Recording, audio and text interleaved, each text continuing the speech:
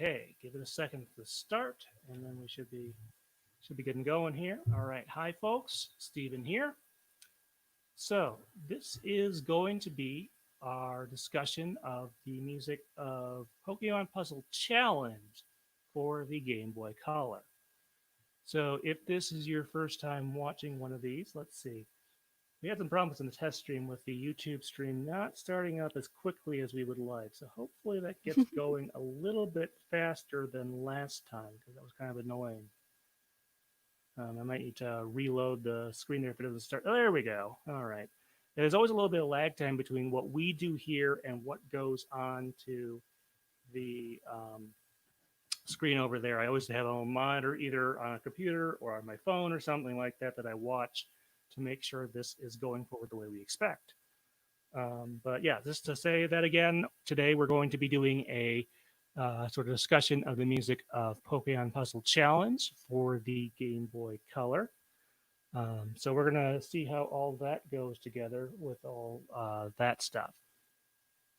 So Anne is here from Pikapi Podcast. So the way these are structured is that we do sort of a pre, we do this as sort of a pre-show. It'll probably be edited out in the final stream once it gets processed. And what'll happen is we go over sort of our background with the game. We go over the production of the game, and then Anne and I have each picked out a couple songs. We go over those. We go over some overall discussion there and some overall feedback as well. We got some feedback from prior discussions that I wanted to include on here. Got a nice little presentation we can go through, which is nice. And then usually we do a post discussion at the very end, which ends up in the podcast feed as a bonus segment. By the way, yes, this is part of a podcast. Just last night, I had an opportunity. I finally got out our Pokemon Puzzle League discussion. That is the N64 game that sort of corresponds with this. So that is out on the podcast stream, along with my interview with Jordan Moore, which you might have seen on the channel last weekend, is now on the podcast feed as well. So you can take a look at all of that.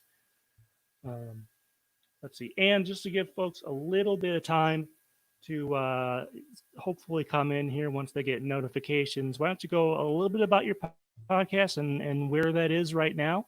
So I run Pikapi Podcast. It's a podcast going through every episode of the Pokemon anime in order as and much I as wanted possible. You to introduce yourself. I did. I'm Anne. I run Pikapi Podcast, which is a show about the Pokemon anime, as I just said. And yeah, it goes through the show from start to finish. Right now, we're currently in Advanced Generation and trying to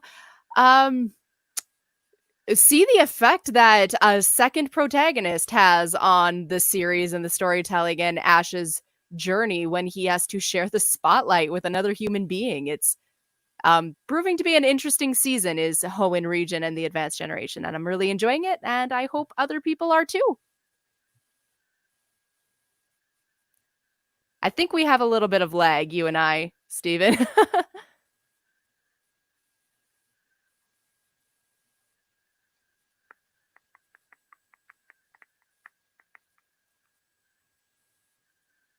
I'm so very concerned.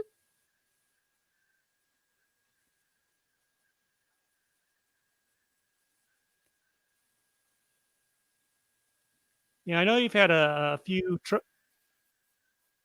I think we do. We can never seem to quite get rid of it. Some of it depends on the frame rate there, so we'll just kind of have to deal with the lag a little bit. I think that's just something we have to go through and see if we can figure out. Be patient with us, listeners. Yeah. So we'll kind of see how that goes about. But yeah, so one other thing we were trying to do was trying to get our volume levels adjusted to be relatively. Let's see. Got a few notifications on my phone over there. Try to get these relatively adjusted to be relatively similar. Never seems to work out. We've been trying to troubleshoot some issues with my my volume levels and stuff like that on my stuff. because I always seem to be way louder than Anne, and that is always going to be a problem. I think we're going to start shortly. It looks like this is probably, hopefully we get some folks along the way. I may do some more monitoring to see what I can figure out here, but yeah, so I think this might be about what we can do at the moment. All right, well, let's see. Anne, anything else before we get started? I can't think of anything. Yeah, definitely some lag in there. Wish us luck, everyone.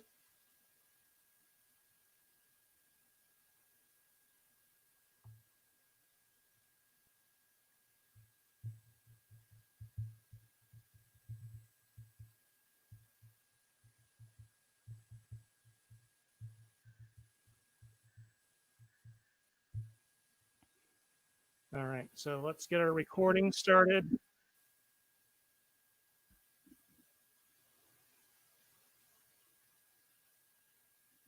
All right, looks like our levels, or my levels, look good. And if you can confirm on your side, well, then we'll get started, leave a pause, so on and so forth. All right, checking my levels. Hoping that they stay around this area. Okay, yeah, I am ready to go. Whenever you are.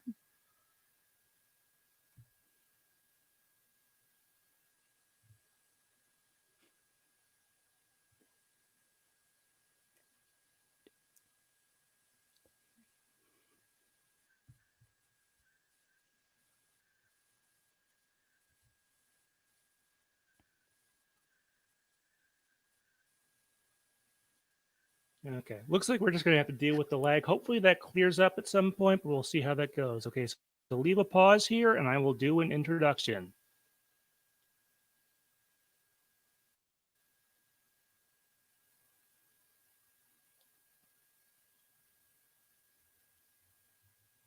Hi, folks. Steven here. I'm on the phone with Anne from Pikapi Podcast, and this is going to be the next in our discussions of the side games in the Pokemon series, specifically the music of them.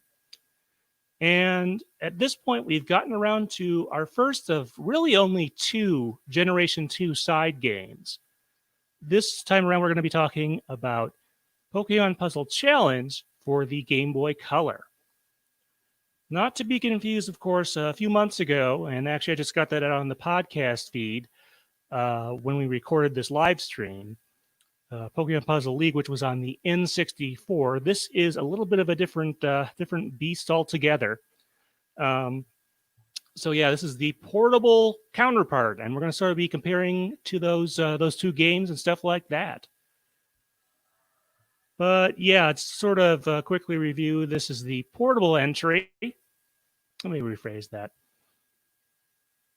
So the structure of these, in case you're new to this series, is fairly straightforward. We're going to start with sort of our experiences with the game initially. We're going to talk about the production details of the game. And then after that, we pick out a few songs and go back and forth between me and Anne. And after all of that, we sort of give our overall opinions. And then we usually do a bonus segment where we talk about the game itself. So that's sort of what you can expect with all of this. So as far as initial impressions of this game, I'm fairly certain this game was released in 2000 in Japan and in the US. I got this, I believe, for Christmas of that year. And definitely played a fair bit of it. I think I had already played a fair bit of Pokemon Puzzle League, so I guess good on my mom for having gotten me both games. I think I got Puzzle League for my birthday, which is in September. So even though these games are very similar, I did manage to get both of them there. This being the first Gold and Silver Sky game was kind of interesting, coming about a month after those games came to the U.S., to sort of go through the game, the game in sort of puzzle form. Not sure I really have a ton of specific memories that we won't get to in later stuff, but that was sort of my initial impression for this replay.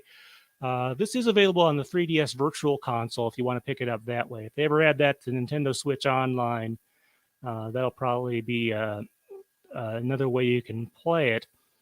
But Anne, what was sort of your experience back in the day? Did you play this back in 2000/2001 when it originally came out? I did not. No. I don't think actually I or anyone in my circle actually had played it.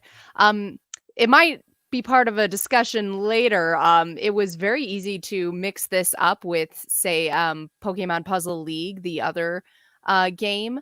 So, like, playing this on the 3DS store for the first time, um, was kind of an experience. It was a game that kind of seemed to fall through the cracks in my perception of it, and one that definitely got conflated with other games. Yeah, it does kind of blur in with the rest of the series. To be honest, a lot of the Puzzle League games are very mechanically similar. They get a fresh coat of paint every couple years when they come out. Technically speaking, like the latest entry that was considered slightly new, well, there was some amiibo stuff in Animal Crossing on the 3DS that got some Puzzle League stuff, and then back in May, Nintendo added the original Panel de Pone. Not sure exactly how to say it. It's kind of French, but they added that to Nintendo Switch Online conveniently about a month after we did our Puzzle League discussion. That was back in April. So yeah, let's go into some of the production details of this game. It has a kind of an interesting history, which I'll briefly go over sort of the pre Pokemon aspects of that. We did do that in our Puzzle League discussion, but I'll try to go over these briefly. So back in '95, there was a game released in Japan on the Super Famicom, basically the Japanese Super Nintendo, called Panel de Pon. It featured a bunch of fairy characters, and it's mechanically very similar to the game you're going to see here today.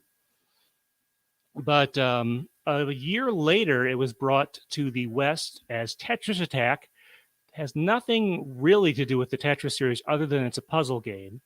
And they replaced the fairy characters with characters from the Yoshi's Island series, or really the Yoshi's Island game that had come out the year before. So that was what you kind of wound up with there. You fast forward a few years to the N64 Game Boy Color generation, and in 2000, you get these two games. You get Pokemon Puzzle League. Like I said, we talked about that a few months ago. And also you get Pokemon Puzzle Challenge, which now, unlike Puzzle League, which was released only in like the US and Europe, not in Japan, this one was released worldwide. Let's see, according to my data, it was released in Japan in September of 2000. It was released in the US in December of 2000, about a month or two after the Gold and Silver games came out here. And then in Europe, it was released in, let's see, June of 2001, which is actually getting kind of late. I forget when the Game Boy Advance launched in Europe. It was sometime after in the States, and that was sometime after in Japan. But you can kind of see this is a relatively late Game Boy Color game, especially in the PAL territories. Apparently, these must have been in development with the N64 game at around the same time. But they had some interesting name changes for this Game Boy Color version. I think one name it was listed under was Pokemon Attack, which at the time I think seemed to remember joking that was some sort of that you would expect that for a name of like a special on TV. This was sort of before like animal interaction videos became a staple of the internet, because we didn't have video streaming back when this came out. But it sounds like, when Pokemon attack. It sounds something like that, to be honest.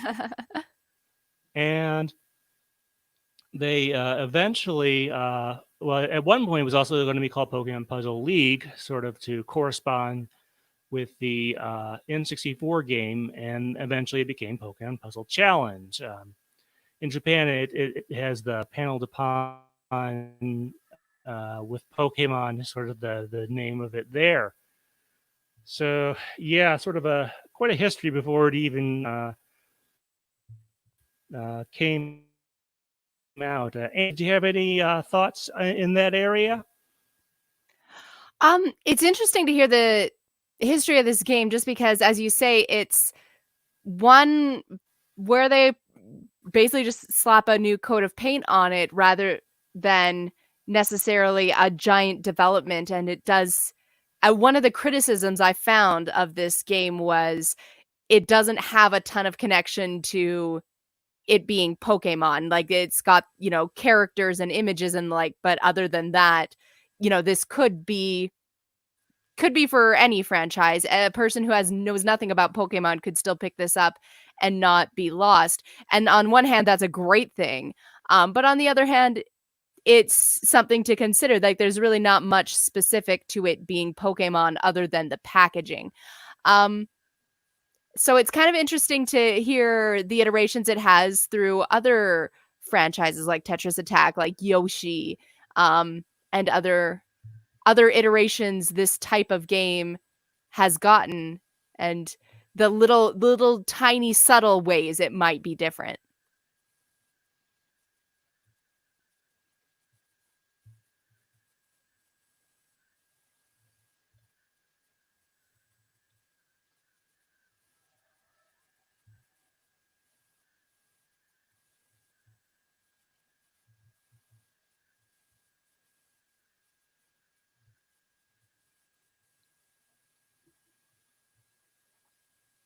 Yeah, it's got a maybe a bumpy ride is a way to sort of describe its history. It's gone from being a its own thing to a Yoshi thing to Pokemon thing, and now it's kind of relatively unthemed. So it's kind of weird. I think the original. I point out that the original fairy version, the main character's lip, which is where the lipstick item comes from in the Smash Brothers series. If you're wondering about that one, yeah, it's a very very neat item, but that is in fact where it comes from and where some of the music is still held over. And while we're talking about the original Paneled Upon, this game has like a beta Game Boy version of Paneled Upon buried in it. If you use like an extremely elaborate button code that you can look up, it's got a little bit of music in there and some assets in there and stuff like that. You can look all that stuff up because it's kind of interesting that it's all buried within this cartridge somewhere. And I think you did maybe a little research on that. Anything to say there? Um, it's kind of interesting. Like, I'm always afraid to do those kinds of things. I always worry it'll glitch and destroy my game because I'm an old lady who's afraid of technology. But it seems like there's a lot of really neat little things in there. Like there's cute little girl character, probably Lip, I'm assuming. And like there's art and there's it looks like there were maybe some gameplay things. There's a lot of stuff with Pikachu and music, as we'll talk about later. So it's kind of fascinating how, I don't know, I guess how technology works, that all that data is still in the game, even though it's not being used.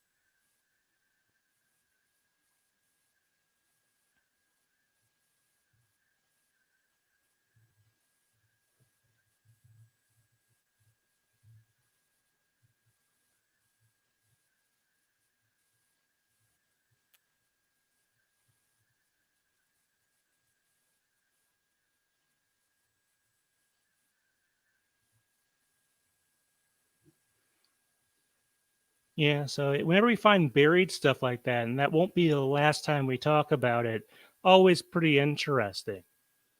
Okay, well, let's talk about some of the musical people involved here. There's about 3 or 4 different people listed in various forms of music slash sound work in the end credits of this game.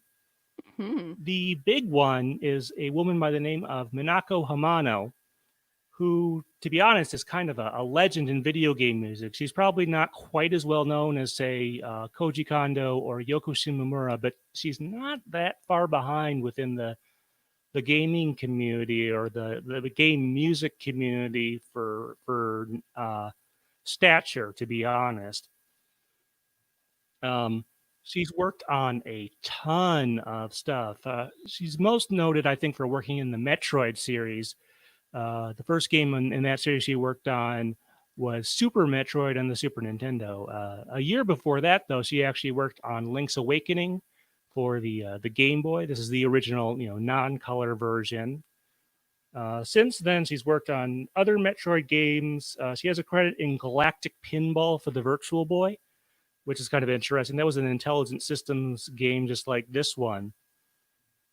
And also has a Metroid cameo in it. She's also credited for stuff like Brain Age and the Donkey Kong Country Returns games. She worked a lot on the first Returns game, and I guess a little bit on Tropical Freeze as well. So long history there, a lot of credits, very beloved, and I think you have a few things you wanted to add to that because I think you did some research, and this is a very interesting person. Just to be honest. Yeah. I mean, I don't know. I have a ton to say. Just that I was so surprised. She was born in Kyoto in 1969, so she'd be 51 now. But I found like so much like outpouring of fan love for her. Like there was a big online tribute to her for her 50th birthday, even, which for some of the other people we've looked at through the course of this series, like I think it was just the last episode we recorded, it was like, oh, this person has the same name. Are they the same person? We're not sure. She definitely has a lot of people who know and love her and follow her work. And listening to her composition, they get a very distinct style too. And I found that just so fascinating that this music composer, and a woman no less, when so many of them are just kind of in a credit and no one ever talks about them, she has a lot of people who know a lot about her and care a lot about her.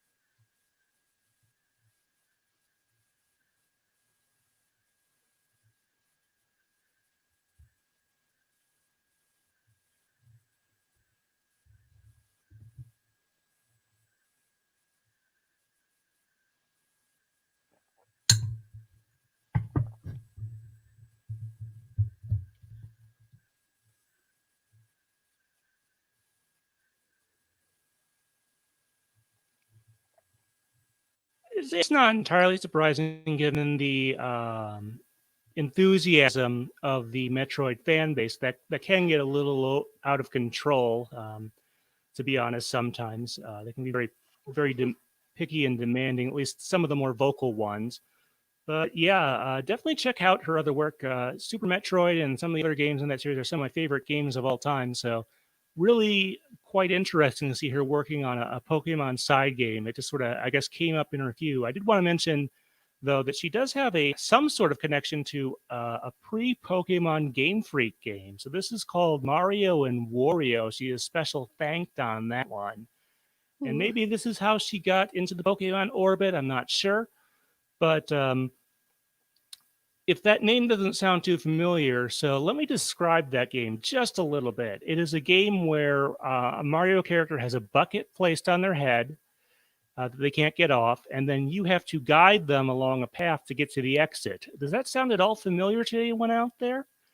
Well, it probably should, because it's a Game Freak game, and it's referenced in Copycat's House. It's the game that's on her like Super Nintendo or whatever. It was a Japanese only game. There was probably, it seems, some initiative to maybe get it released in the States, but that never happened. But it is sort of her first connection and one of the first things she's credited on. So that's kind of interesting. But let's talk about some of the other folks on here. Minako seems to be the primary composer / arranger for this game, but there are a number of other folks listed. There's Toshihiro Nishi, who has worked on games such as Metal Combat, which is a Super Scope game, the Super Nintendo, Captain Rainbow, and he's also credited on Planet Puzzle League, which was the DS entry in this series. Let's see, Taishi Senda, who is credited on Paper Mario, another intelligent game series, and Advance Wars.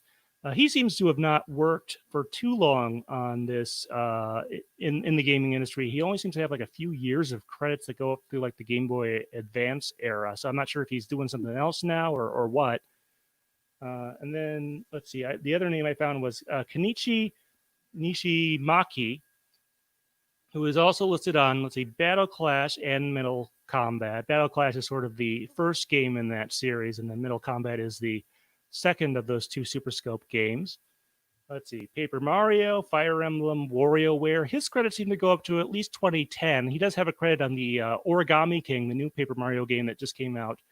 So that's kind of there. And I kind of went through those three all in one shot. Did you have any thoughts on any of them? Not anything real specific. Like they're kind of in the same boat of many of people we've talked about, where it's like we have their IMDb credits or their video game credits. They have very common names, so that when you research them, you spend a whole time researching about them only to find it's actually like some railway worker or researcher in the case of Toshihiro Nishi. I also found another dude, Takeshi Senda, who did some music programming work, it seems, not actually any composition, but some of the sound programming-y stuff. And I didn't find a ton about him, but he also served as like the director of photography or a photography assistant on The Power of Us. So as you said, it's very likely that that some of them who only seem to have a few video game credits could still be working with Pokemon, just in many other capacities, as often happens in the creative world. Like, you do what people will pay you to do. So he could be serving, doing something that's maybe not as high profile as being a music or a sound designer, but he might still be involved somewhere.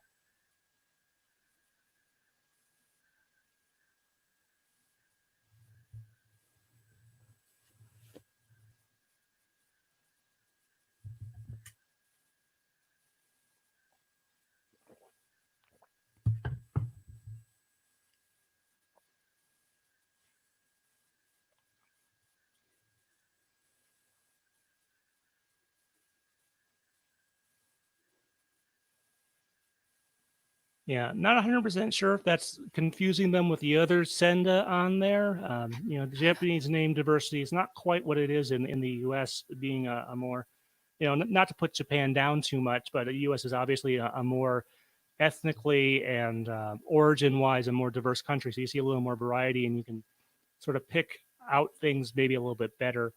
I think Also, I found it a helps person with the with. same name as one of these folks who was in a rugby team or something like that Ooh. somewhere.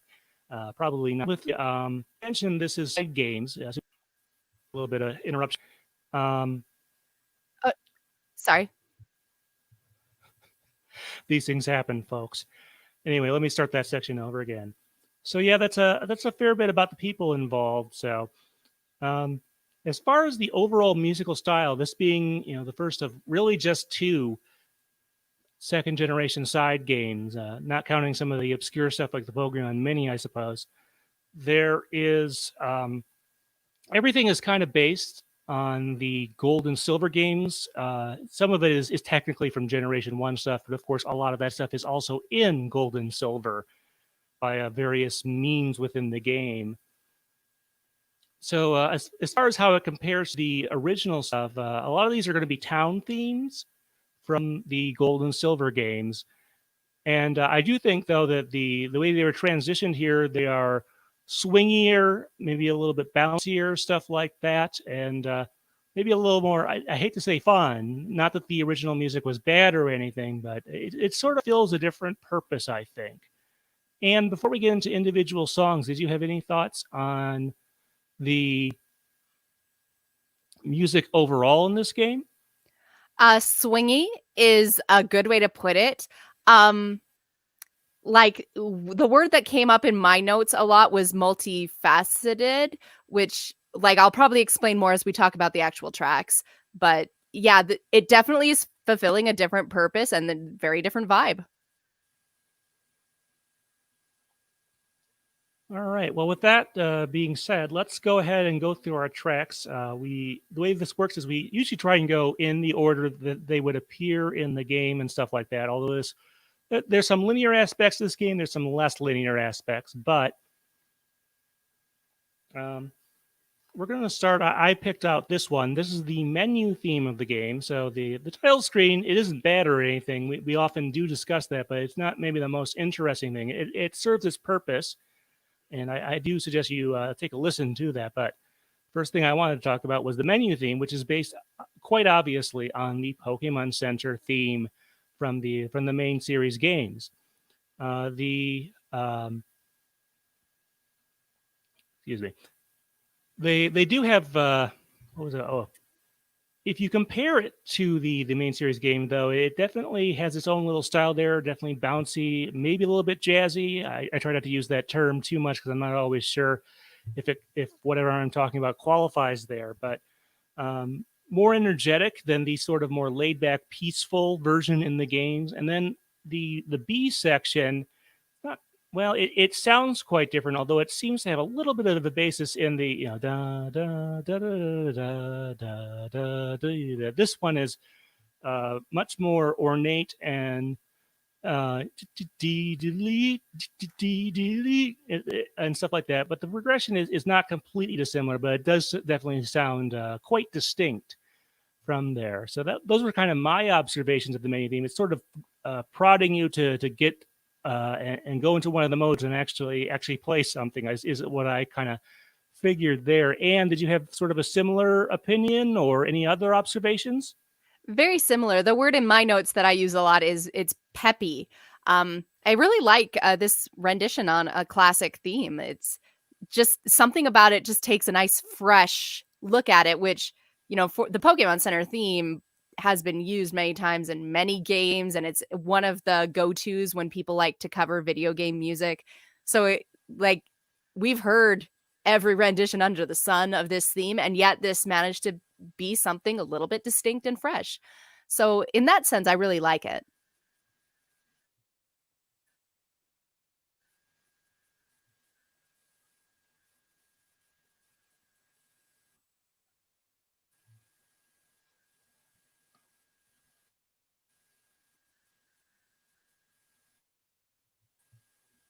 Yeah, we're definitely not lacking for arrangements of the Pokemon Center theme over the years. They've definitely managed to do quite a bit with it in the main games and some of the side games and stuff like that. So we're not lacking in that regard. But this one does have kind of its own little thing to it, I guess you could say that. All right. Well, pretty much all the like town themes are represented in this game, and you've picked out the Azalea slash Blackthorn theme that's used in this game. Did you want to go into that? Why'd you pick it, and sort of what stood out to you from it? Yeah. So this is uh like a really charming little track. When I mentioned that Minako above, like there was a lot of fan outpouring of love. One of the things that I kind of came across the most was like people were like, "Thank you for your beautiful music, your touching music, like all the heart that went into it." And I kind of thought that was interesting. And when I was going through the tracks for this game, this is the first one where I was like, "Ah, I think I see what they're talking about." There's like it's a nice little theme on its own, but then the way she's adapted it um to the style of video game music, but also like there's varied use of instrumentation, like the melody um it comes through clear, but it switches instruments throughout, and there's lots of little flourishes, and like little variations on the motif that are very charming, and uses of the different instruments in ways that seem a lot more layered and not complicated, but full than some other games I've listened to for this series. So I don't know. I think if we're kind of looking for something that showcases what she brings technically to her style, I think this is a good track to look at.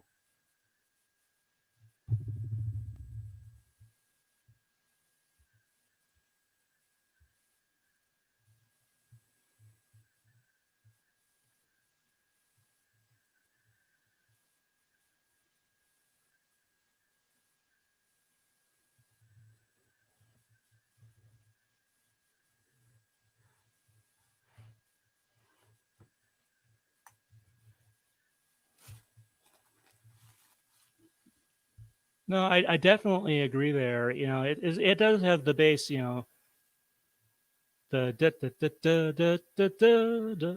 It has that bass melody, which goes with the cities involved. But it's got some really good chromaticism, I believe is the term, where it'll go up and down and stuff like that in a very fun, slidey way or whatever. And I also agree that it does switch instruments there. So um, I really enjoyed this take. It wasn't one of maybe my absolute favorites when I had three picks or so to go with, but uh, definitely a great little take on it. I would love to hear her have kind of done even more with it, um, and stuff like that. Not sure I have too much else to say about it, but I think because I think Anne covered it pretty well. But I think I th- not I don't have too much else to say about it, kind of unfortunately, just because I think Anne covered it pretty well. But a very solid track for this.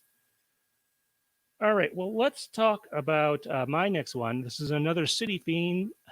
This is another city theme, and it's the Mahogany Gem theme. So Mahogany, if you may remember, is the one that's like across the bay after you go past the Whirl Islands from Olivine City. So Mahogany, in this game, I think they sort of took let me see, one of the sort of, I don't know if it's a criticism or what, you may remember from another interview I did about a year or two ago, of the sort of the base game Pokemon music, is that the tunes are pretty linear, and it doesn't make them terrible or anything. But the Mahogany Town, I listened to the original one in addition to this arrangement here. I think kind of definitely fits in that category, and the version here has a much more sort of out and about or around the town, maybe like a courier of some sort feel. And, this is the fighting gym in this game, and it has a little bit of a training aspect to it as well, as if someone is maybe jogging around the town a little bit to work themselves up. Not sure if that was Minako's intention there, but I think it does kind of work. And it has, a lot of, I would say, like accent notes and stuff like that. Um, and just kind of a fun feel to it. And what were your kind of observations? Well, one of the things I noticed about this track was a lot more use of the lower range and lower notes and octaves than some of the other tracks. I was kind of more drawn to tracks that had a lot of higher notes and like piccolo-y type area and more high pitched stuff. Um, but this was a track that I noticed like, oh, most of this is kind of in a more mid range. So that I thought was very interesting, and it's nonetheless no less energetic for it. But it definitely comes off with a different presence and sense than some of the other tracks, which again just kind of seems to highlight a musical skill of like there's a lot of care taken into this composition, and not every track sounds the same, and like good use of the whole scale and a whole symphony of instruments. And yeah, I think it was an interesting contrast to some of the other tracks.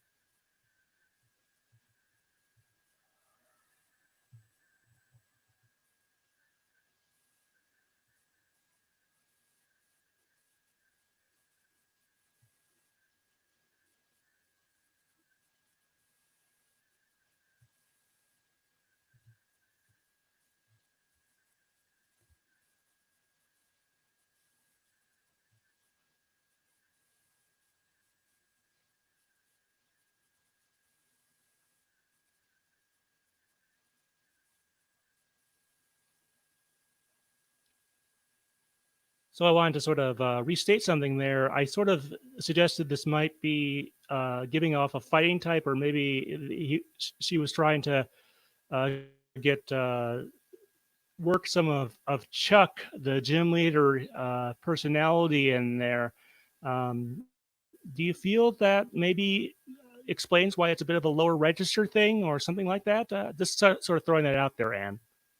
I think it could. Like, definitely when you think of Chuck, you don't think super high pitched and um light. You think lower and heavier and more grounded, both like in the sense of masculinity and just the fact that, as a fighter, you're very connected to the earth and your body and movement. And I definitely think that this was an interesting choice. Like, she could have gone very high pitched and frenetic, and maybe that too would have fit a fighting genre. But I think this was just a natural move. It could be very much she's channeling his character.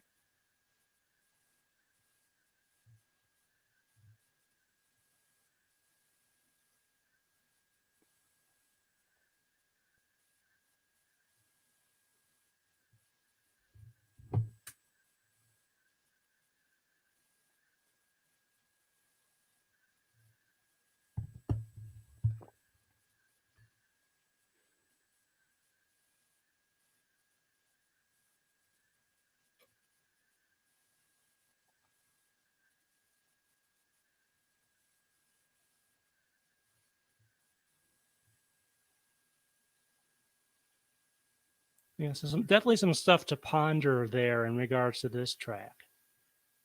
All right, well, Anne, you picked out. All right, well, Anne, let's talk about the next one you picked out. It's called what? Here Comes the Elite Four. And I think I have a few ideas why you picked this one out. It's definitely a little bit different from a lot of the other stuff in the game. Do you want to describe how it sounds and sorry, why don't you go ahead and sort of describe how it sounds and why it struck you? Yeah, so I picked this. Here Comes the Elite Four. It's basically, what if the Elite Four were the shark from Jaws? Like, that's the vibe. Like, did you walk into a horror movie? It's kind of like doo doo doo doo, or kind of that sort of spooky tension coming, unknown vibe, which kind of fits what's happening because you're kind of uh going through a tunnel, and it's like you think you've achieved something, but no, there's more. So that's it fits what it's meant to do. It's just I thought it was such an interesting choice to make it seem almost like straight up like a scary thing. It really does sound like a track that would be at home in like a Luigi's Mansion type game where like something spooky is about to happen. Or something like danger threatening, not just, my pride is on the line threatening. Um, so yeah, I thought it was just such an interesting track compared to the light, happy, energetic tracks that came before it.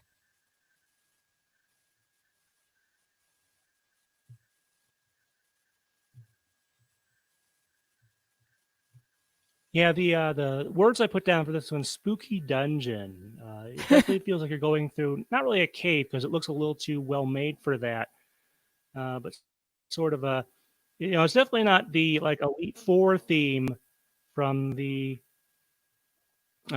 games, which they certainly could have based this on. They decided to go a little bit of a different route. I wanted to mention right about now that the sort of visual appearance and structure of the challenge mode, where you're going to hear this once you get, I think you have to get up on at least the medium difficulty for that to happen, is much more similar to like the equivalent versus computer mode in Tetris Attack and Panel de Pon. You have this long like road you're going down, and once you get to this point, you get to this sort of dark damp cave type place, and that very much parallels what happens in the other ones where you go into sort of inside of this mountain or whatever. Um, but yeah, it's maybe a little bit darker than what you would normally expect for Elite Four, but I think it does in fact kind of work.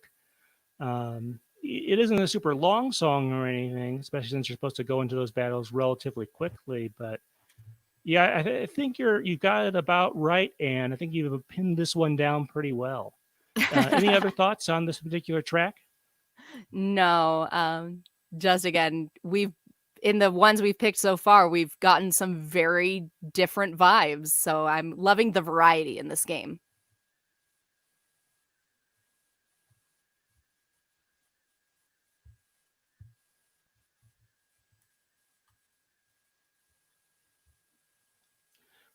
Well, in that case, let's go ahead and go on to our next set. So the next ones that I picked out, there's actually a little bit of unused music, and some of this unused music that you'll find here is technically part of that beta of Panels Upon that's in there. Some of it is very clearly based on stuff from like Lips theme and maybe one or two other things, but it does seem like there is some unused music that was intended for the Pokemon version of this game. And unlike, say, when we covered something like this in the Pokemon Snap discussion from, I guess, last year, um, we don't really know what this was supposed to be used for. In Pokemon Snap, there's some ghostly type music that was intended for a stage that got scrapped from the game due to a kind of presumably a lack of ghost type Pokemon to use in there. But in this particular case, we don't really have an idea. There's 3 tracks. 2 of them are very frenetic and have some definite musical similarities. The third one is definitely much more of a calmer piece. First off, Anne, any thoughts about these songs, like tonally or melodically or stuff like that? Well, the first 2, as you say, very frenetic. I find I don't like them. I mean, if they were just playing under your puzzle game, I'm sure I wouldn't mind, but like I don't care for them myself. But the third track, like I actually like it a lot. It's very charming, and as you say, much more calm. A complete different from tracks 1 and 2.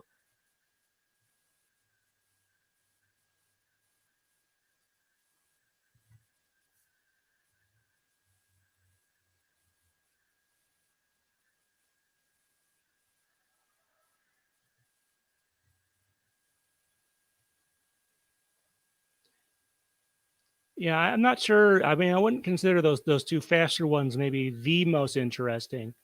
They're not bad though in my mind. As far as what they were intended for, that's a big question mark.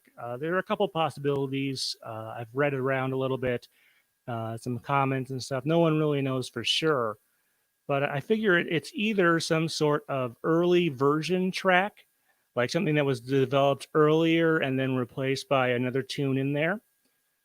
It could also be for maybe a couple other things. You may notice when you go through the challenge mode, once you get on the hard mode, you go all the way to Lance as the final boss there for the end. 2 unlockable different. You, unlike in the N64 version, you do not get an additional fighter there or an additional character to battle against. And there's been a little bit of speculation that I've read and gone through myself. And I think kind of maybe there are 2 possibilities. It could either be something involving the legendary beasts, or it could be something involving Red. Not quite the same thing as Ash from the anime, but sort of parallel. Because of course, in the post game of Gold and Silver events, you can find Red and defeat him. So those are maybe 2 possibilities there. Anne, do you have any thoughts in that area? I think that's an interesting thought. Yeah, like it would be a good tie back to the Gold and Silver games, which this is based on. And the fact that you don't have that one extra, final bossy type thing, lends a lot of credence to it that this could be battle music for a battle that didn't end up getting developed. For tracks 1 and 2, definitely. I don't know. For me, I definitely think track 3 might have been a credit sequence even. Just because it is so soft and calming and soothing. Well, what I thought is that maybe it could be something where after you defeat whoever that is, you hear that third song, assuming all 3 of these are interrelated. The first 2 probably are. The third one, who knows? But what you wind up with there is kind of a mystery.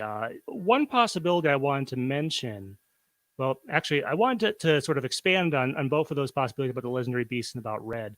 So for legendary beasts, there's not a specific theme for fighting them until you get to Crystal, which would have released in Japan around that time. Some folks, at least one or two folks I read, made some comparisons to the Crystal Battle theme for the legendary beasts, but I'm not sure on that one. Obviously, that would not be out until 2001 in the West. Um, the other going back to Red, it wasn't just the Pokemon Stadium games that used that nice little transfer pack to exchange data. Stuff like Mario Golf and one or two other games would exchange stuff so you could unlock things or add new characters, stuff like that. And considering these games were at least somewhat overlapping in their development, maybe they considered like if you beat something in um, Pokemon Puzzle League for the N64, you can unlock the red battle in here, and this just never got developed, maybe in part because Pokemon Puzzle League for the N64 never came out in Japan, and they decided not to do that, or just didn't have time or something like that. Not sure what to say there, but I kind of wanted to put those out as possibilities. Anne, any thoughts on either of those? I think you're definitely onto something. As you say, we will never know for sure until we find some of the people who worked on it to give up their secrets. But those are all very intriguing and plausible ideas. Yeah, I suppose it's all the Kanto gym leaders are also in gold and silver, so maybe there was at one point a thought that they would unlock through some mechanism going from since Pokemon Puzzle League has all the Kanto gym leaders pretty much in it. Huh. Other than I guess Janine Gary is in the Puzzle League game as well. So interesting possibility there, but I just kind of wanted to throw that out. Now, Anne, you stated that the third unused track might have maybe an early credits theme, but one of the tracks you picked out is in fact the actual credits theme that was used in here. Um,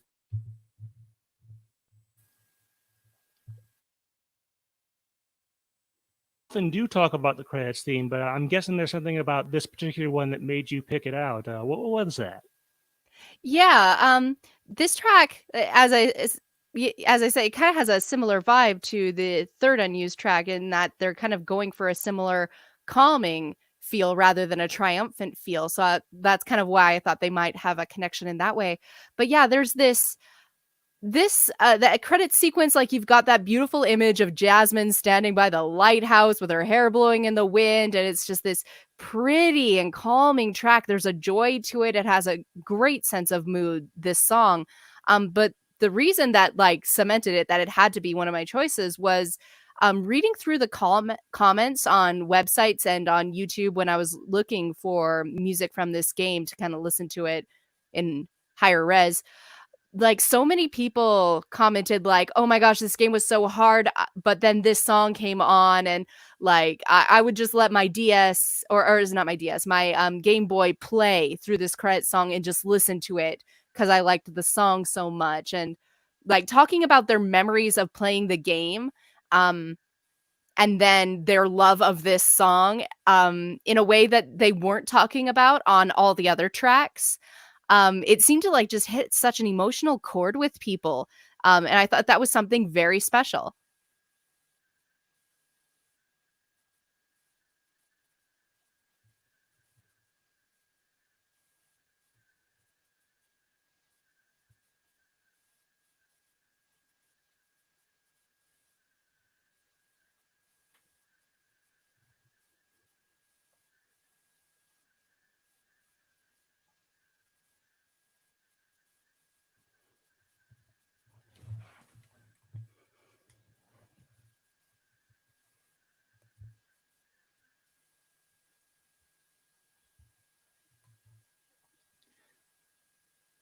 Yeah, I can see why that would be the case. I mean, the unlockable difficulties, especially for the challenge mode, are are pretty brutal. I think I've only beaten Intense once after like a zillion continues, especially towards the end of the game with the Elite Four and Lance, because they can.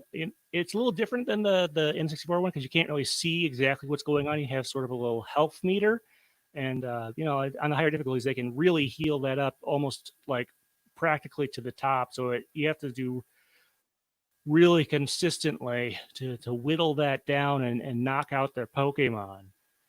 So that can be quite difficult there, and I can see why this would absolutely be a relief there to hear this music and then watch your character, I believe it's the male character from Gold and Silver, running down the path that you see for the first part of the challenge mode. But some musical aspects of it, there are a lot of relatively long notes in there. There are also some short notes that sort of mix in there, and it's also got a sort of a minimal, especially at the start, and gets a little more intricate, and then it sort of fades back to sort of the minimal version. So it definitely serves its purpose. I think it works pretty well here. I did kind of find the credits scroll by very slowly in this game, so you get to hear a lot of this if you're watching the entire credits sequence. Part of that is just because it does stuff like re-show the title for each person in there just about, um, and it shows like their kanji version of their name for the Japanese folks, I believe. So this can go on for a while if you wait through the whole credits. I can see it being quite a relief, especially on some of the more difficult modes. And did you have anything else to add to all of that, or? Yeah, no, and I agree with you on like the aspects of the music composition itself. I think in this day and age with like um higher uh technological capabilities with sound cards and the like there's a lot more appreciation for video game music and like when you can record a full orchestra and hear it at high def on some of these more recent games. And I think sometimes early video game developing music doesn't get that same sense of gravitas when it comes to their composition, just because it is so much so much more compressed and so much a lot chip tunier, and the sound quality is maybe not as great. But I think this game and Miss Minako Hamano's um Ms. probably her work here showcases that like there was a similar amount of effort. Like they were still that same attention to detail, that same knowledge of music theory, that same sense of orchestration. Like they were putting in just as much work, and I don't think they get as much credit. But this is a game that kind of highlights that they deserve it.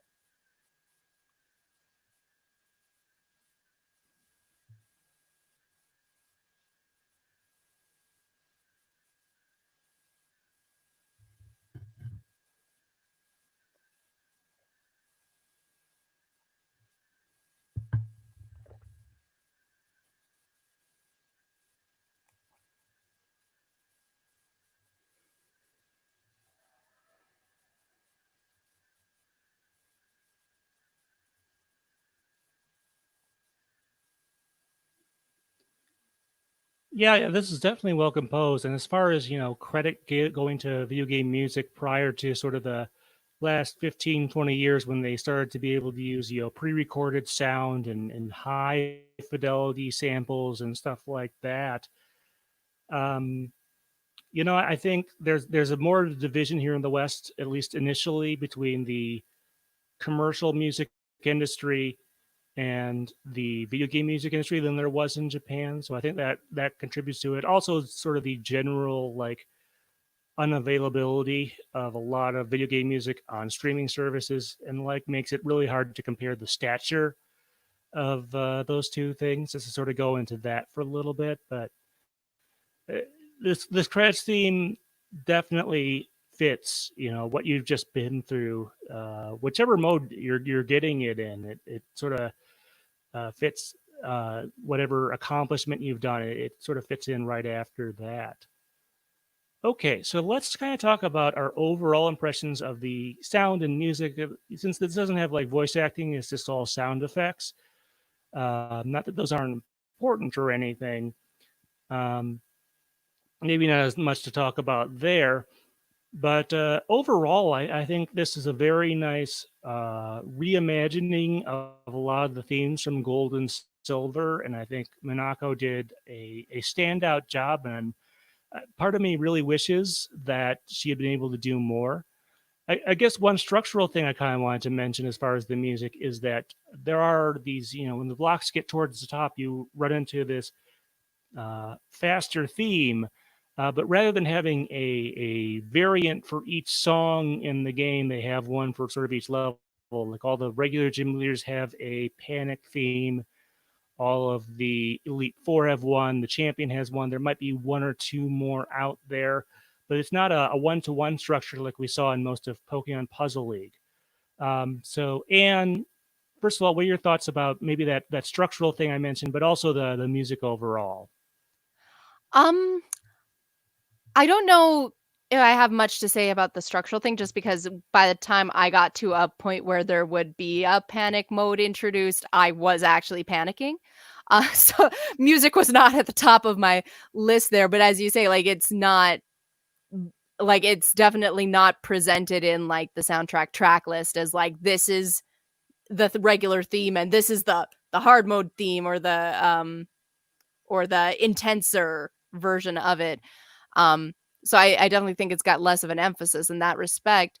Overall, the whole point of this series is me looking at some of these video games and the soundtracks in a way that I wouldn't normally while playing with them, and finding the little things that make them interesting that I maybe glossed over while I was playing the game itself. This one made it very easy. Like there is music in this game that I would listen to just because I felt like it. And music that very much fits its purpose in the game. Um, Music with lots of little interesting touches that are both subtle but also bold in a way that I can express. There have been games where it's like, oh, that's interesting, but I don't know how I would use words to express what I'm noticing here. Whereas, I don't know, I found this game, it made it very easy to appreciate the music, basically. And I found that interesting as well.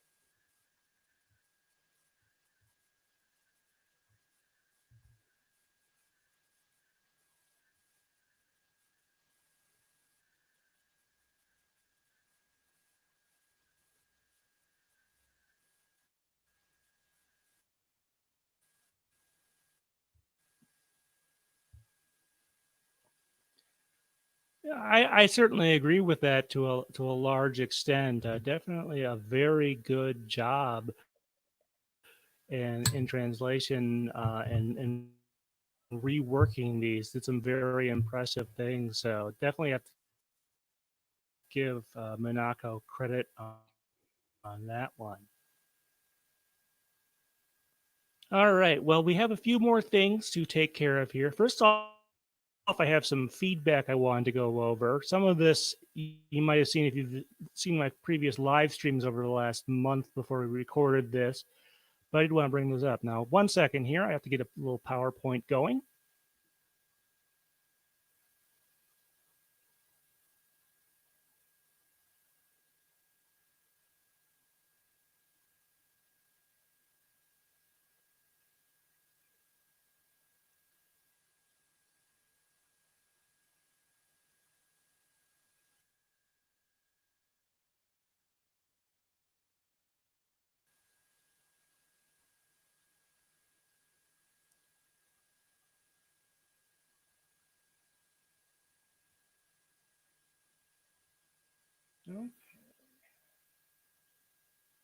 All right, folks at home, you should be seeing a nice black screen over. I think it goes over on the right-hand side of the presentation there, but you should still be able to see me and Anne. So we'll kind of talk a little bit about this. So I have a couple pieces of feedback I wanted to share.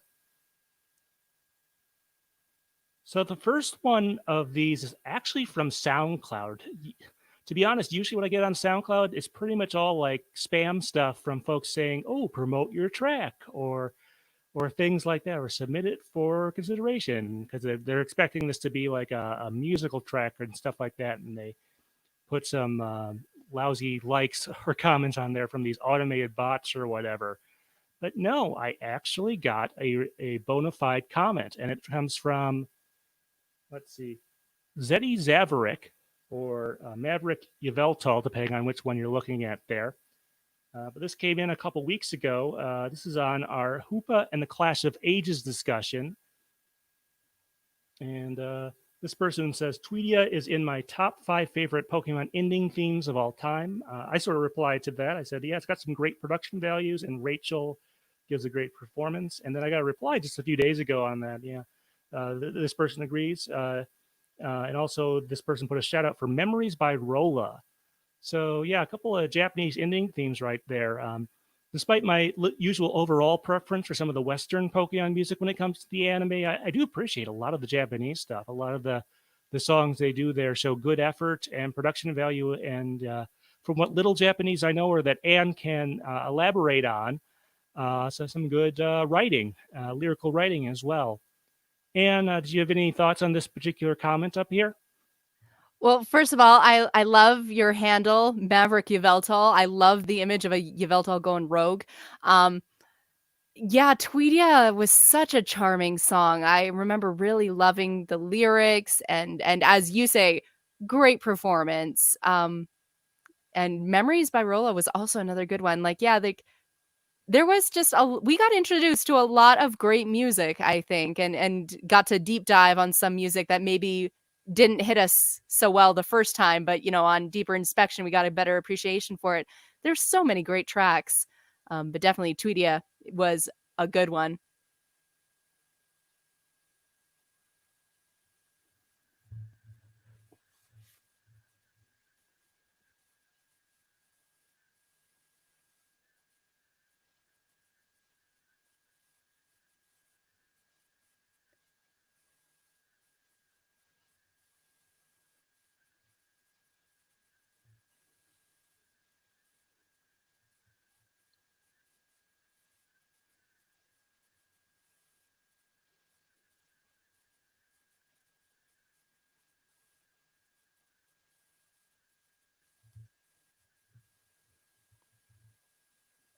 Yep, agree there. All right, let's go on to the next comment. This is from YouTube.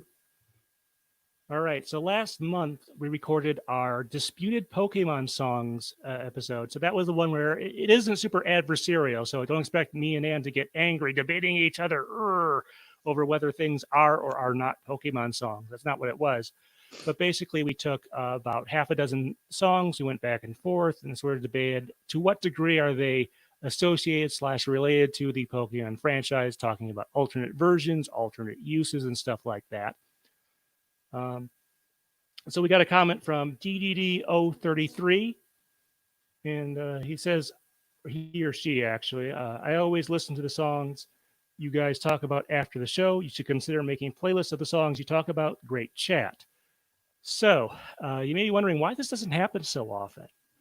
So I do try, especially back when we were doing these not live streamed, and Ann and I were just talking, and I would put these up on YouTube afterwards. I would try to make a playlist, a kind of bicycle spot, or on. Doesn't have a lot of other franchises, and as sort of in other words, they could get taken down relatively easily, and doing the maintenance on that, not always the most fun. So that's one of the reasons there. And I'm not sure that you would have a ton to say about this one. I did do this for a couple times. Like I did this for the In Excess discussion. And recently I was able to put Jordan Moore, a lot of his songs, in a playlist, followed by my interview with him. So that all came together. But Anne, I'm not sure that you have a ton to say about this, but I wanted to give you a chance here, just in case you do. Well, yeah, obviously there are many obstacles to having a playlist for this sort of thing, just because uh, licensing issues alone, like some of the songs you can't find. But that is an interesting thought. Like, I mean, I have a Spotify account. We could at least attempt maybe something like this to get all the songs we talk about in one place, or at least a roving greatest hits or something of songs we've talked about in the past. I am willing to consider it. The execution, as Steven says, not always as seamless as we'd like it to be, but it's definitely a great idea. Yeah, just to give a little perspective on some of the stuff that's not on official services, like, big English ones like We're a Miracle, The Power of One, not officially on anything as far as like the original version. Even like I think last year's Detective Pikachu, Carry On, of course, you can find the music video for that relatively easily. But if you're looking for, say, the Electricity song from Honest Boys and Little Uzi Vert, good luck with that. I don't think that's still not like available commercially, and I would totally pick that up for 99 cents or whatever. But it's in the end credits, and that's about all you're going to get, I think, for now. Maybe internationally that's not quite the case, but yeah, it is a problem, and that's one reason I tend not to make these playlists, because I don't want to spend a ton of time checking them every month or every week or whatever to make sure the videos I have are still up there. I'd love to do this, but yeah, that's kind of the difficulty there. All right, one more comment from the same person, but on a different video. So let's see. I guess this is the Pokemon Go Community Day video from last month. This was the Weedle Community Day. Although this comment is a little bit newer. Thank you, DDD033, for going back and watching some of the live stream videos. As we've seen today with all the lag we're having, it can be a little bit tricky to watch these, and some folks just prefer to wait for the nice polished podcast version of our discussions. This one doesn't have a podcast thing, but in any event, the comment he put up there was, I'll look forward to the music of new Pokemon Snap podcast, basically suggesting that once that game comes out at some point, Anna and I will do a discussion on the music of that game, and we probably will. Although, given the number of side games we have to get through, I'm not expecting that before 2022 at the earliest. Given we are going in chronological US release order, we have, and we're just getting started with Gen 2, and Gen 2 is a small generation, but Gen 3, Gen 4, Gen 5, especially once you start adding in all the mobile games that Pokemon has put out and all the console side games and stuff like that, it's going to take us a little while to get caught up, which is kind of the point. But Anne, I'm sure that once we eventually get to new Pokemon Snap in maybe a couple years, if we continue on this path, I'm sure you'll be glad to talk about that. We don't uh, the I'm not planning on doing like episodes like that when the new games come out like we do for the movies. Maybe we should. I don't know. And any thoughts on any of that I just sort of spat out at you? Well, I don't know. It would be cool to see you do at least a review or a let's play or something. But yeah, no, that I'm a little excited too. Look, curb your anticipation. Hold on to it for a couple years, and we'll get there eventually. It's going to be a good one, I'm sure.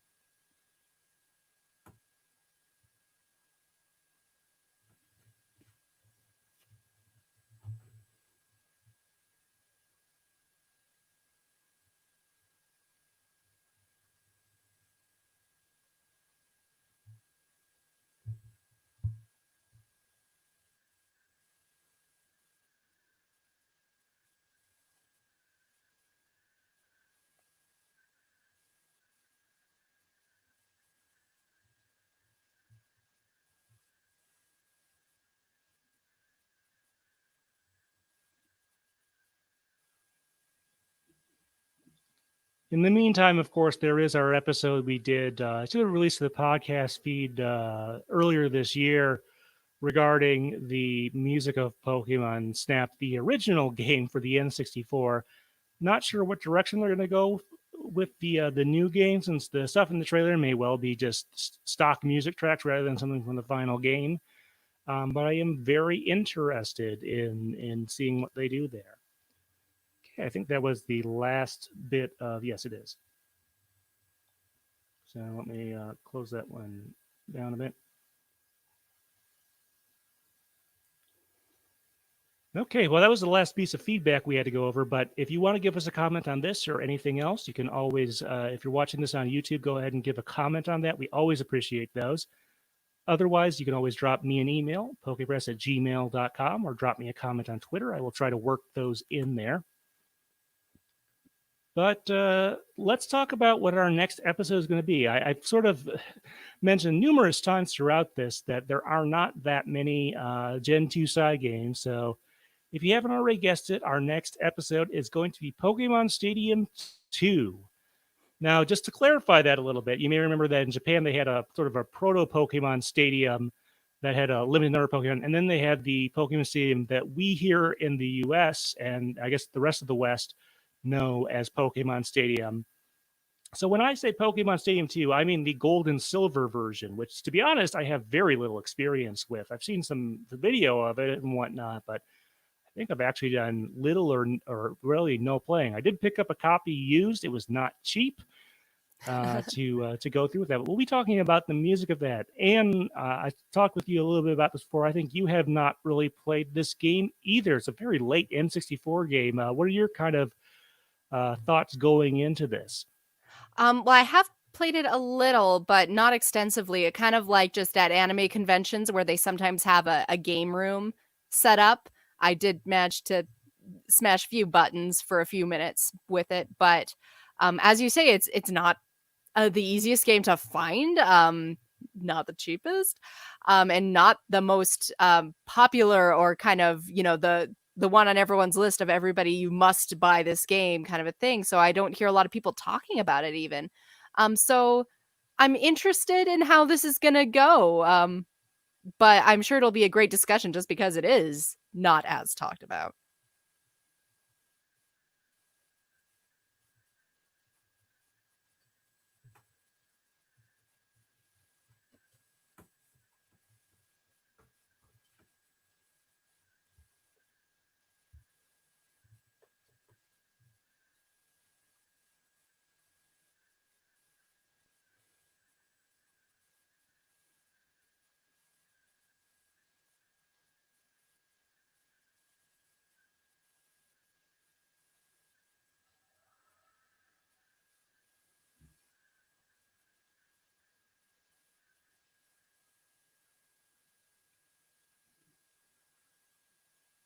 Well, with that being said, that's going to do it for the discussion here.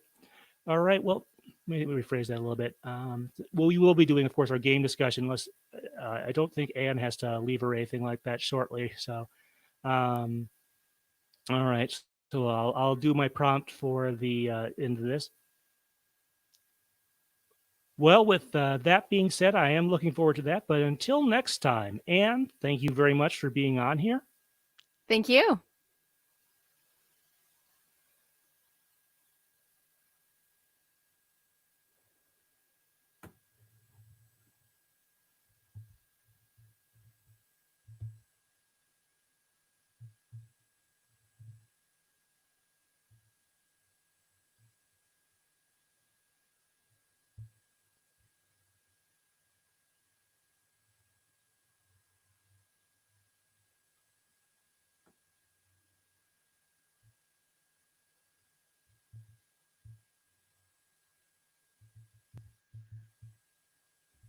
All right, folks. Thanks. And I want to try one thing before we do our post-game discussion. I have no idea Okay. if this will help. The lag has been kind of all over the place. Sometimes there's very little of it, and other times there's like 20, 30 seconds or more. Right. Okay. Why don't you try using the leave studio button Okay. and then come back in, and let's see if that helps. I'm also also going to reduce the see the whole thing anyway. And I'm going to try that. Maybe you can try that on yours as well if yours has a resolution setting in just a little bit. So let's try that. How about that, Anne?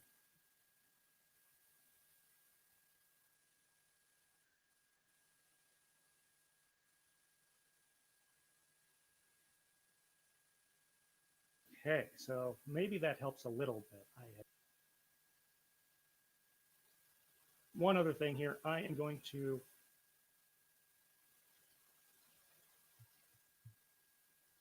Any luck? well, let's see here. See if it's a little better. One other thing, Anne, I'm going to go grab some more water since I'm getting thirsty. The sound is a lot more synced up to your mouth this time, so that's hopeful.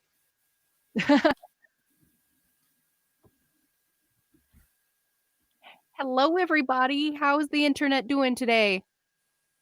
I actually can't see the comments, so I don't know. Hang on. Looking up YouTube.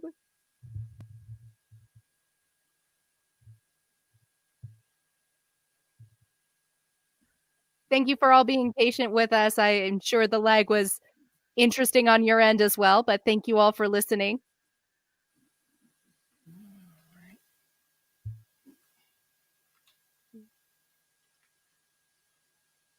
Okay, well, so hopefully you are still recording, right, Anne? Yes, I am. All right. Well, hopefully we stay relatively in sync like this. Like I said, I dropped the resolution on my webcam. So as long as it's not full screen, we're probably okay there. So I will do a prompt for our game discussion. I have some notes on that. And we can sort of go through there.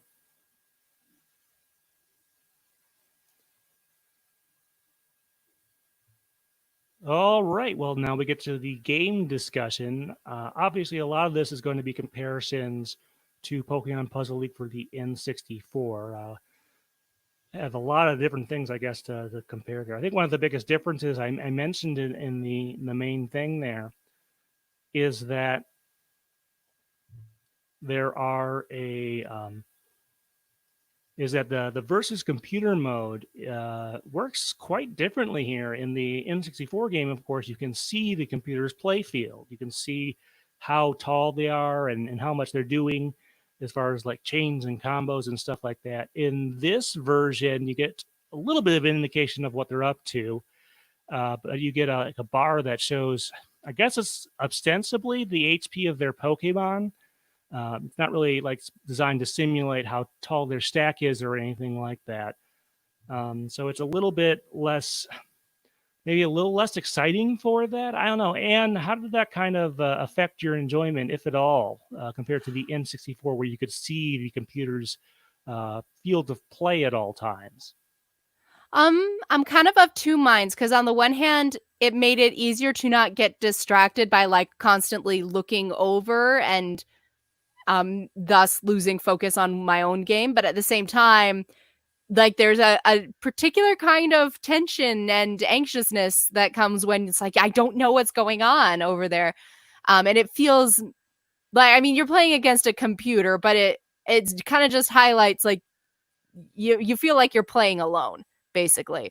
And I mean, again, the computer was never an actual person, but it still like doesn't feel like you're in a challenge when you kind of have a bit of a wall there between what your opponent's doing. So I'm not a huge fan of it, but it has some, like, I can see why you might try this mechanic. It has some good points. Well, basically, it's a limitation of the system. They didn't have the ability to, run the CPU to fully simulate the other side of it or show you like a mini version because of the resolution of the screen and stuff like that. I'm not sure if that's fixed in some of the later portable versions, like on the Game Boy Advance and the DS. So we're not sure about that one, but yeah, it's definitely a limitation of it. And I honestly wanted to ask if it was a little more frustrating too, because on the higher difficulty levels, you can go through this case where, like, you get the health bar down really far, and then all of a sudden it pops like all the way back up to the top sometimes because it like the Pokemon heals or something like that, which is a frustrating thing that can also happen in the main series games where they just if you get them to low health, they'll just pull out a full restore or whatever. So I'm not sure if they were trying to emulate that, but it can be a little frustrating. I don't know what the highest difficulty level you played on there was. I don't know if you went above medium or hard on that one. Anne, any thoughts on what I just said there, though? Um, I mean, definitely that is a frustrating thing. I learned from my experiences with Pokemon Puzzle Challenge, or Puzzle League. I stayed on easy most of the time. I did venture onto medium. I turned the speed level way down. I'm not good at these kinds of games. But definitely like again, it's just like that extra level of tension and frustration when something like that happens when your opponent takes a giant leap forward and you have no idea why. And again, it's distracting from your own game to like look over and see what they're doing, but like it's just an extra level of frustration. Like at least in the main series games, you realize what they did was pull out a full restore. It doesn't just happen. So again, not a huge fan of it, but as you say, it might be limitation of the system. It is what it is.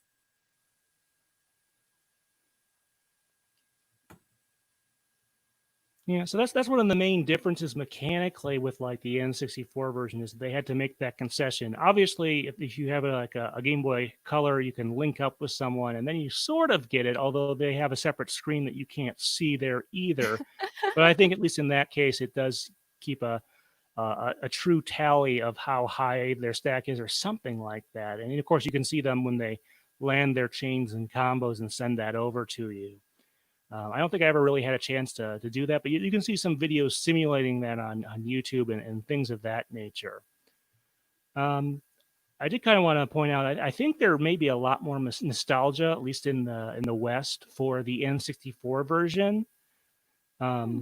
Because when I did searches for this, when I searched for Pokemon Puzzle Challenge, I did get a fair number of videos regarding Pokemon Puzzle League, but not the other way around. I think when I searched for Pokemon Puzzle League, I mostly saw Pokemon Puzzle League type stuff in there. And there's a couple possible reasons for that. First of all, that may or may not be an accurate reflection, but I do wonder if people just have more fond memories playing Pokemon Puzzle League, in part because you could do that side by side with someone else much more easily since it was a two-player game on the N64. And maybe in some ways it might have a little more personality with the voice acting and the music from To Be a Master, which may be more commercial than the stuff that's in this game, which is perhaps a little more artistically appealing in certain ways. Not that there's bad artistry behind To Be a Master, but just because whatever. We'll talk more about the music comparison side by side in a little bit, but. And do you feel like there's more nostalgia out there for the N64 version to go back what I originally asked with this point? Absolutely, yeah. I think there's a lot of factors that could be. Part is because it was the N64, which was newer, and like the Game Boy Color, I feel like was kind of starting to make way for other consoles by that point. I might be kind of messing up my nostalgia at that in that way. But as you say, like the N64 version had a bit more personality. Also, just the fact that it came first, and as I mentioned at the top of the episode, I had a hard time like figuring out what this game was different from Pokemon Puzzle League. Even as like the months before when we were talking about the episodes we were going to do going forward, I was like, wait, aren't they the same game? So I can see there being a lot of barriers preventing people from ever playing Pokemon Puzzle Challenge and even being able to make that comparison of which they like more. Just because it's so easy to be like, oh, I've played that game already, haven't I? Yes, I have. And not even realizing it's a completely different game. So definitely, I think Pokemon Puzzle League came away with all the warm goodwill. There's probably some truth to that. Yeah, it just I definitely like at shows and stuff like that see more folks playing the Pokemon Puzzle League than the Pokemon Puzzle Challenge if they're both on display. And I think some of the stuff we mentioned, like it being 2-player on the same system and stuff like that, gives the N64 one the advantage.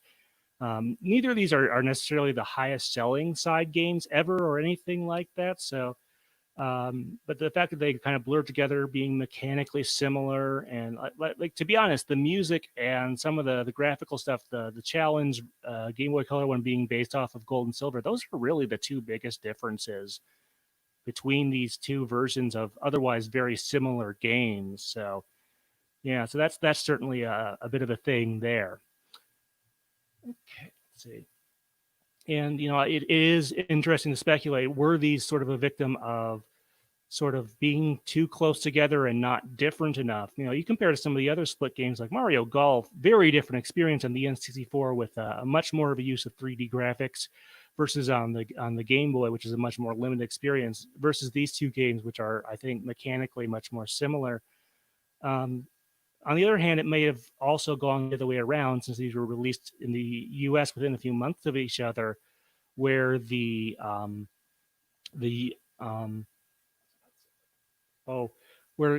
both on shelves at the same time. They look very similar. I don't know. Some people may have picked up the Game Boy Color one just because it would have been cheaper than the N64 one. That's Do you think true. that might have made the Game Boy Color one look like a better value, Anne? For me, who did not own an N64 until basically my last year of high school, well, no, we got one before then. But yeah, like we didn't have it for a long time. We were late to that party. Definitely the Game Boy game for a portable console I already had, like that would be my first choice.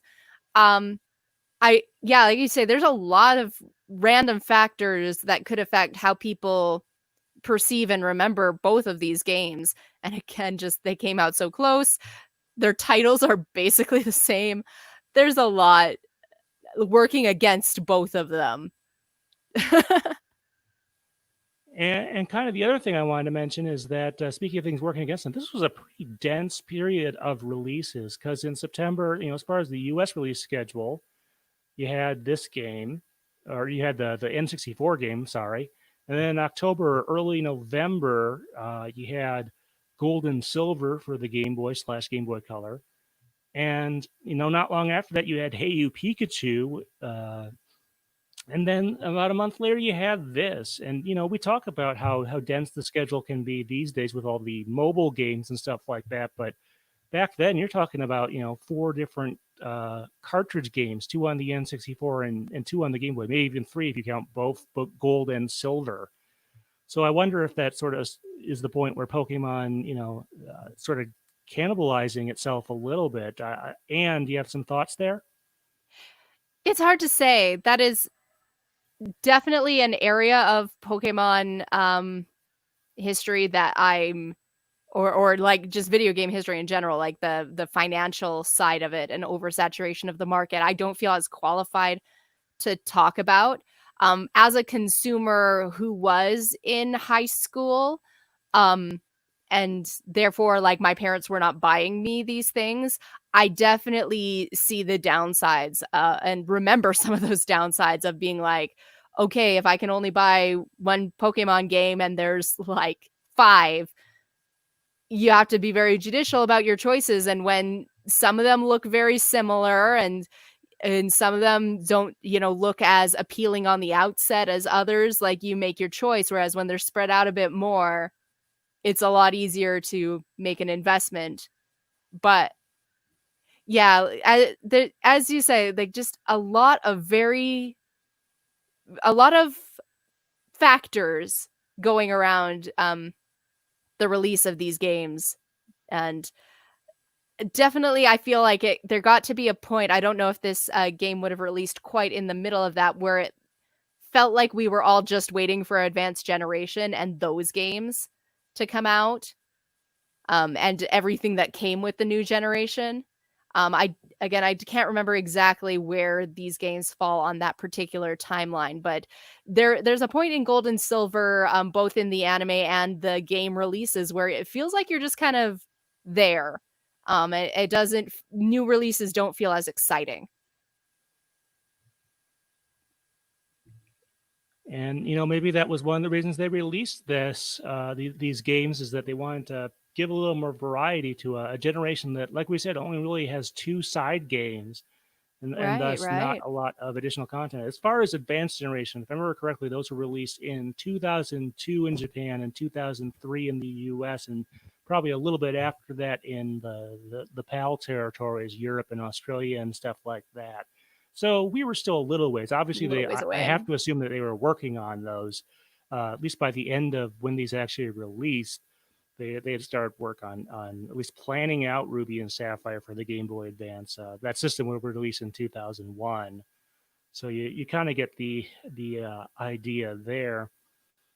But I think the one thing we really got to do here is let's sort of compare the music. We talked about it, how the N64 one, it's based on dub music, score elements from Pokemon the first movie, To Be a Master, a couple of other score pieces, and also the Pokemon World is in there as well, and a few other things. Versus this one, which is mostly somewhat original arrangements of stuff from Gold and Silver. So they give very much a separation there between the two different pieces of content. I mean, if you want to be sort of certainly if you're anti against the 4 Kids dub, you're not going to like the music in Pokemon Puzzle League much, and you're going to definitely prefer the stuff here. Um, there are things I like about both of them. They have definite pluses and minuses. Obviously they had to sort of downport the stuff for the N64 because they couldn't use pre-recorded audio very much.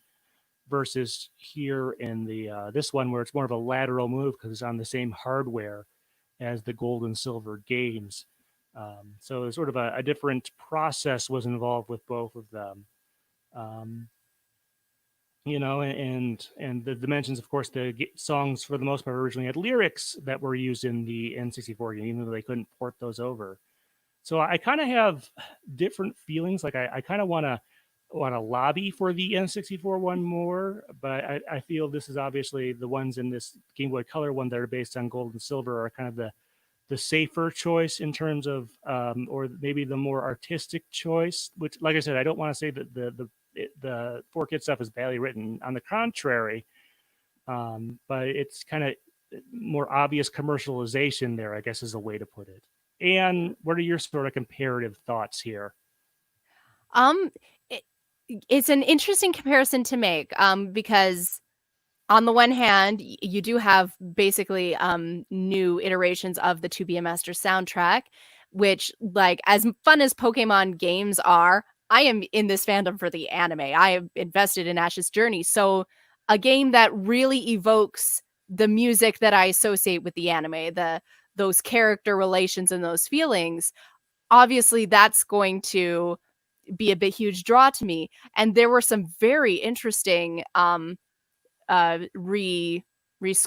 and instrumentations of it. Like I remember we were talking about some of the songs, like I never really cared about them much when they were on the To Be a Master soundtrack, but hearing them presented in this new way, I was like, oh, this is actually a really good song.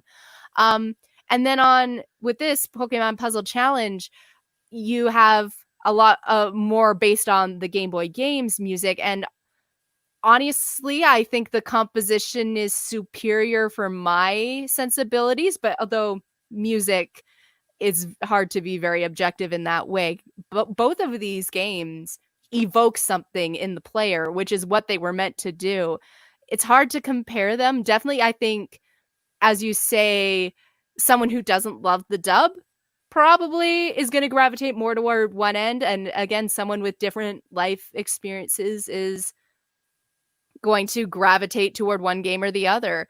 Um, I think both of them are very similar in some ways in their musical styles and very different in others. So I think there's definitely a lot where it's just going to come down to personal taste.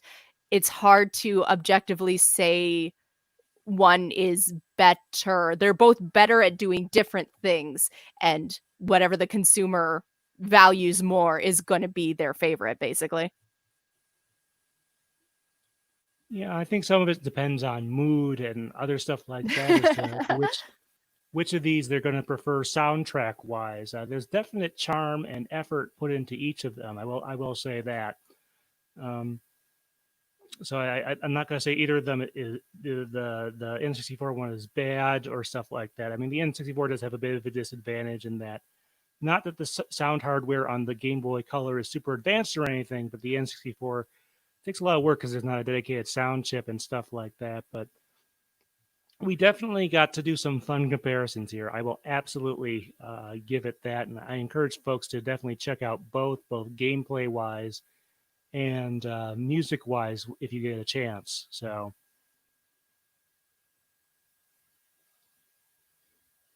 All right. Well, I think that's going to do it for this part of the discussion. I think we can stop our recordings. Thank you to everyone who came in. What I might do is, if the audio turned out okay, volume level wise, between me and Anne, what I will do is I will probably download the file once it finally finishes processing, which could be a while because of the way things work on YouTube. Um, but so that could take a little while there, and then probably trim out some of the dead air that we got from the lag during our main discussion there. Sorry about that. Thank you to everyone who sat through that and stuff of that nature. But hopefully next time, I don't know if the internet is just really busy today, or if there was some technical reason or whatever. But thank you very much for coming in, and hope to see you again. Like I said, next month or early September, we should be doing our discussion of Pokemon Stadium 2 for the N64. So thank you very much, folks. Thank you.